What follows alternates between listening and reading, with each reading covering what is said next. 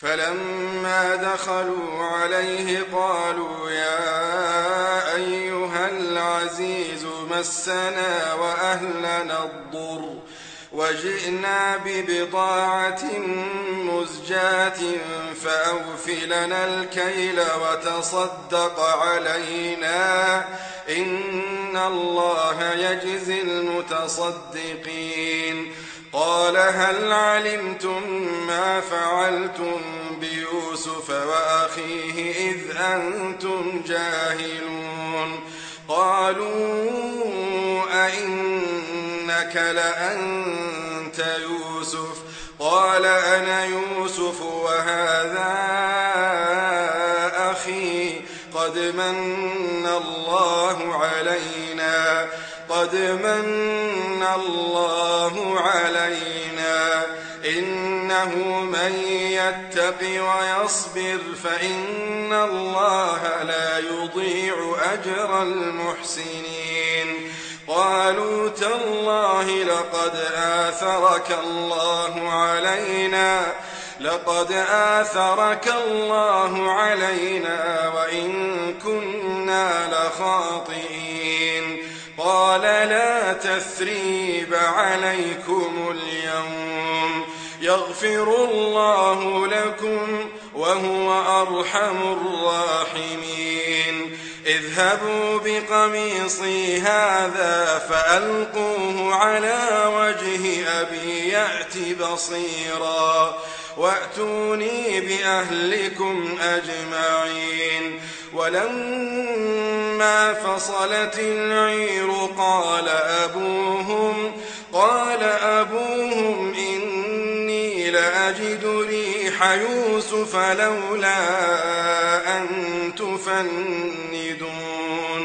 قالوا تالله إنك لفي ضلالك القديم. فلما أن جاء البشير ألقاه على وجهه فارتد بصيرا. قال ألم أقل لكم إني أعلم من الله ما لا تعلمون؟ قالوا يا أبانا استغفر لنا ذنوبنا إنا كنا خاطئين. قال سوف أستغفر لكم ربي إنه هو الغفور الرحيم. فلما دخلوا على يوسف آوى إليه أبويه وقال ادخلوا مصر إن شاء الله آمنين. ورفع أبويه على العرش وخروا له سجدا وقال يا أبت هذا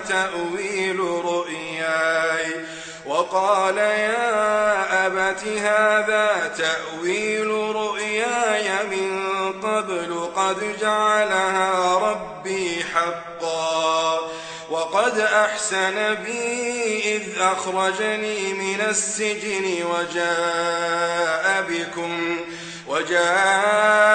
بكم من البدو من بعد أن نزغ الشيطان بيني وبين إخوتي إن ربي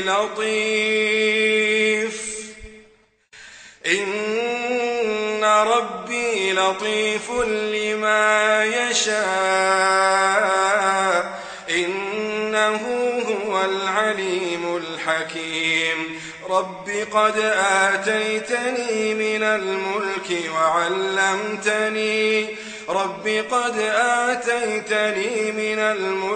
وعلمتني من تأويل الأحاديث.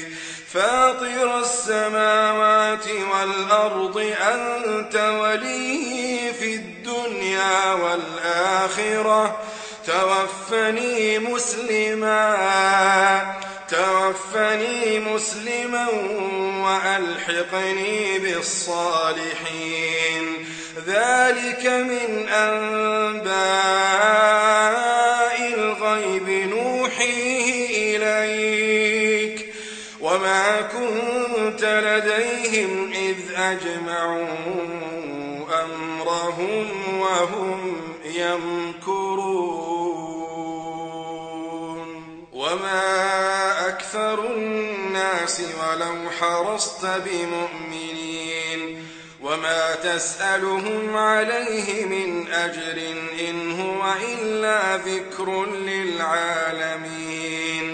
وكأي من آية في السماوات والأرض يمرون عليها وهم عنها معرضون. وما يؤمن أكثرهم بالله إلا وهم مشركون. أفأمنوا أن تأتيهم غاشية من عذاب الله أو تأتيهم الساعة بغتة وهم لا يشعرون. قل هذه سبيلي أدعو إلى الله على بصيرة أنا ومن اتبعني وسبحان